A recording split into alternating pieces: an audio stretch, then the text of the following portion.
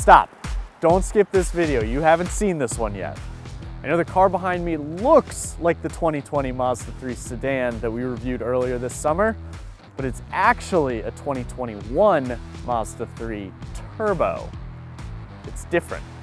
This car is all about the small changes Mazda has made over the past decade and how they add up to something much more significant than a compact sedan could initially suggest. What I suggest is that you subscribe to the CarGurus YouTube channel, and that way you never miss a video.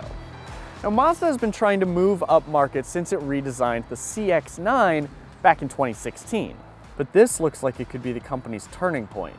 So stick around and let's see if this new Mazda 3 Turbo can take the brand away from being just a compelling alternative to Honda or Toyota and reposition it as a genuine value alternative to Mercedes-Benz or Audi. You heard that right.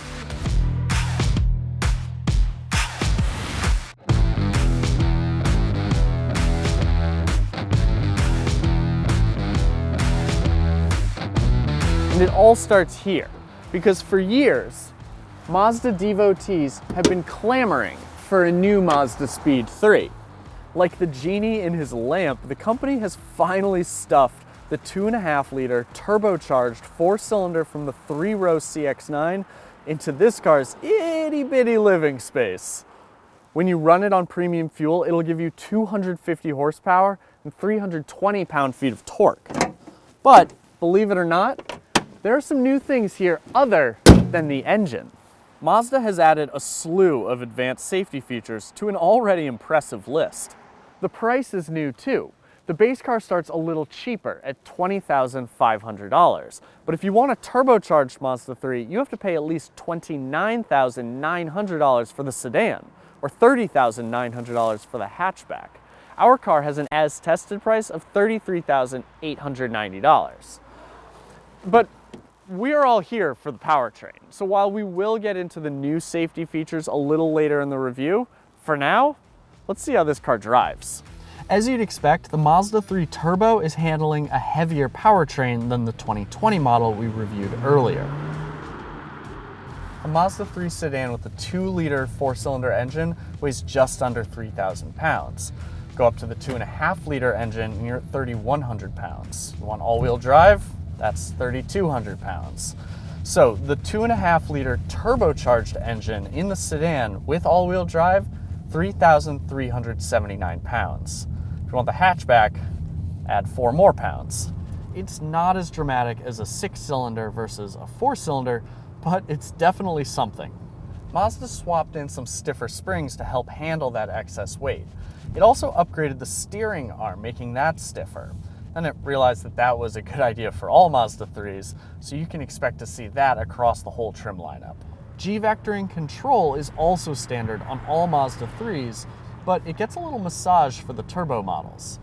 To think about it in the simplest possible terms, G-vectoring control basically looks at the load and force on each individual tire and then adjusts the torque distribution appropriately.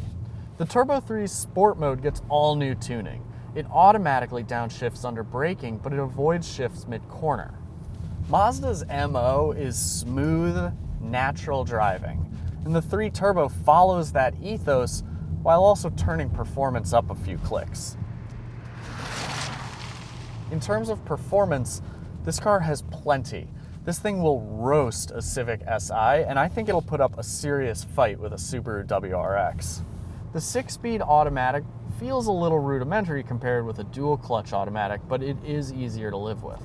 What makes the Mazda 3 interesting is how it applies the power. When I first saw the spec sheet for this car, I was thinking, okay, GTI competitor, Veloster N competitor. But honestly, I don't think that hits the mark. Yes, the 3 Turbo has the guts to put those cars on notice, but it's set up totally different.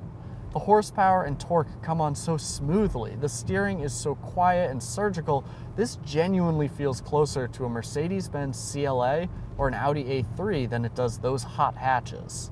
And from a design perspective, it is definitely more entry-level luxury than it is mass-market performance.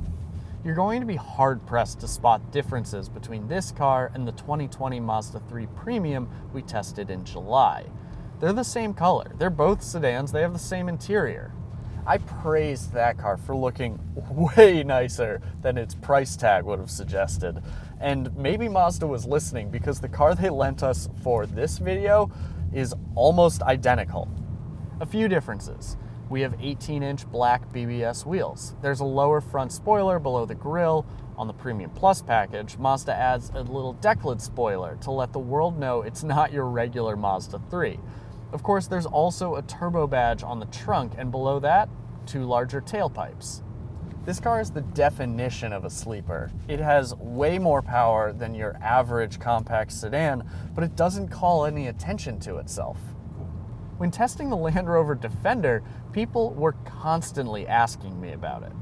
And, you know, I was kind of getting used to the attention. Slide into this car and my celebrity disappears. People just think it's just another Mazda. The Mazda 3's interior was comfortably best in class, and it still looks and feels just as good as it did in 2020, but now Mazda has thrown down the gauntlet at cars like the Audi A3 and Mercedes-Benz CLA.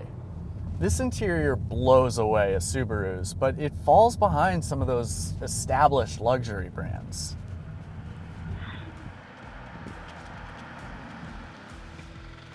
Five things to know. First, if you put regular fuel in your Mazda 3 instead of premium, you're not going to get quite the same horsepower and torque output, but performance shouldn't be that much different below 4,000 RPM, where most of us do most of our driving.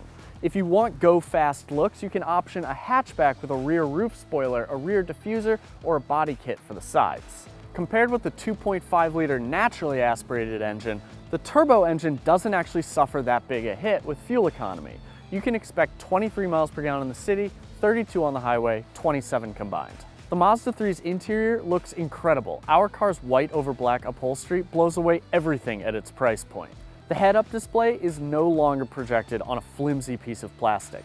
Now you'll see it right on the windshield. Mazda typically sacrifices a little practicality to look good. Rear seat legroom is pretty tight in the 3, and cargo space is a weakness for pretty much every Mazda vehicle. The Mazda CX-9 falls behind the Honda Pilot in terms of cargo capacity, and the same story is true with the CX-5 and the CR-V. The Mazda 3 sedan looks more competitive with 13.2 cubic feet, but the hatchback is small at just 20.1. Luckily for Mazda, if we're now comparing this against subcompact luxury sedans like the CLA or the A3, well, now it looks downright spacious, at least on paper. I really appreciate the moves that Mazda has made on the safety front.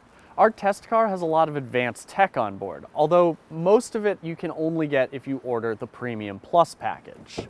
To go along with the 2020 car's suite of features, we have reverse automatic emergency braking, a 360-degree surround view monitor, and traffic jam assist, which basically combines full stop-and-go adaptive cruise control with lane keeping assist. What I also like are the passive, more ideological safety decisions. For instance, traffic jam assist doesn't operate above 40 miles per hour. It's not an autonomous driving feature. It makes it easier to handle traffic, but once that traffic clears up, it demands that the driver remain engaged with the car. And then there's the infotainment screen. You control it with this rotary knob. Mazda Connect, that's what it's called, does have some quirks. Tuning the radio requires going back into settings rather than just rotating the knob.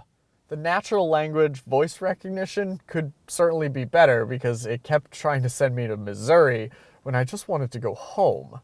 Luckily, the whole system looks great and it works quickly, and the Bose stereo is pretty terrific. This is not a Mazda Speed 3. It doesn't have the attitude or the aggression of that car, and I don't think Mazda ever intended on making it like that. So Mazda didn't really give us what we asked for, but I think it did give us what we really wanted.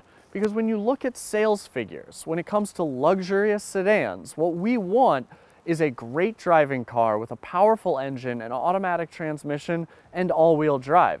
And that is exactly what the Mazda 3 offers. Now this turbo model, it doesn't go after a car like the Volkswagen GTI or the Hyundai Veloster.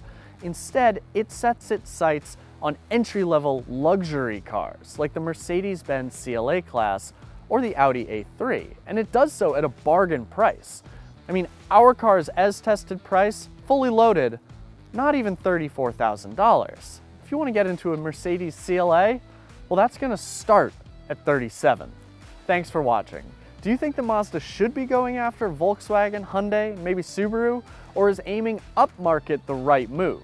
Let us know your thoughts and ask any questions you may have in the comments section below. Don't forget to subscribe. We'll see you next time.